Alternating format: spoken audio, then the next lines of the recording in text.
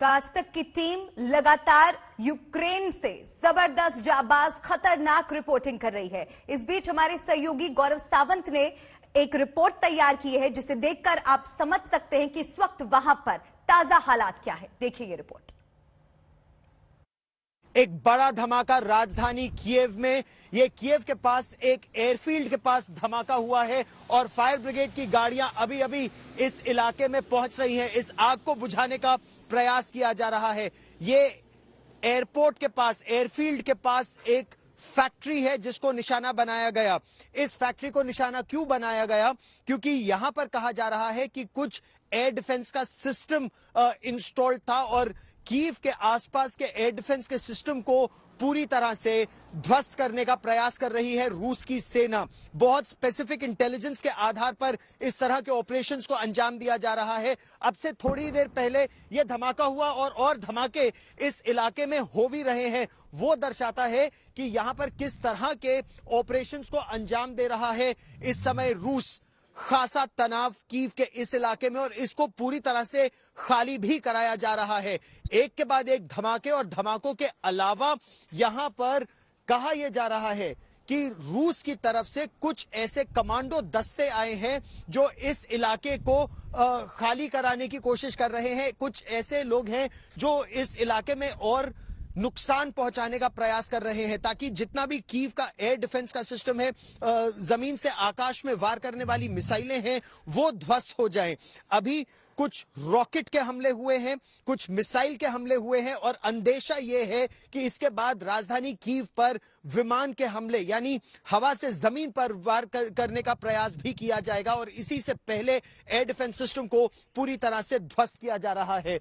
इस बिल्डिंग में अभी तक किसी के हताहत होने की तो खबर नहीं है। कहा यह जा रहा है कि यहां पर जो लोग थे वो तो भागने में सफल हुए, लेकिन इस मलबे को साफ करके वो देखने का प्रयास किया जा रहा है कि क्या यहां से किसी को सुरक्षित निकाला जा सकता है।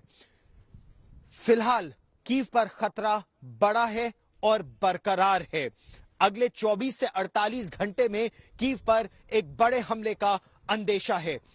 कैमरामैन पवन कुमार के साथ गौरव सावंत, कीव, यूक्रेन आज तक। और मेरे सहयोगी राजेश पवार भी लगातार बैटल ग्राउंड से रिपोर्टिंग कर रहे हैं। देखिए उनकी ये ताजा रिपोर्ट।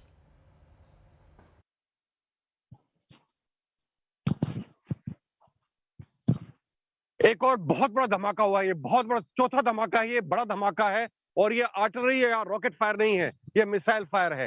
ये चौथा धमाका हुआ है लेकिन यहां से दूर है, यहां से कम 10-15 किलोमीटर दूर है ये।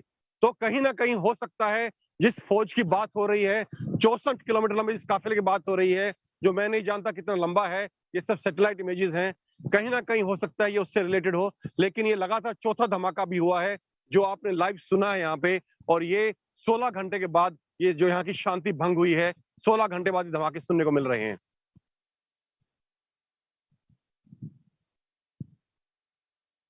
नहीं, देखिए रूसी फौज एक सुपर पावर की फौज है, बहुत प्रोफेशनल फौज है। ऐसे सब्र नहीं टूटता जब तक ऑर्डर्स नहीं आएंगे और जब तक बातचीत पूरी तरह से निपट नहीं जाएगी ये ऑर्डर्स नहीं आएंगे। मैं आपको दिखाता हूं जो आपको कल दिखाया था मैंने, बैरिकेड और फौजी जो खड़े हैं यहाँ पर और क्या चल रहा है। मैं अपना कैमरा घुमा रहा हूँ, ये आप फौजी देख सकते हैं और ये बैरिकेड देख सकते हैं आप पीछे।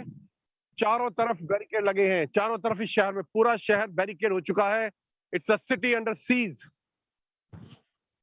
ये देखें हर तरफ हर तरफ से रोड ब्लॉक कर दिए गए हैं, हर तरफ से। ये देखिए एक नहीं है, सीरीज ऑफ ब्लॉकेट्स है, सीरीज है, 1 2 3 4, 100 मीटर के इलाके में 4 ब्लॉकेट्स लगे हुए हैं। ये देखिए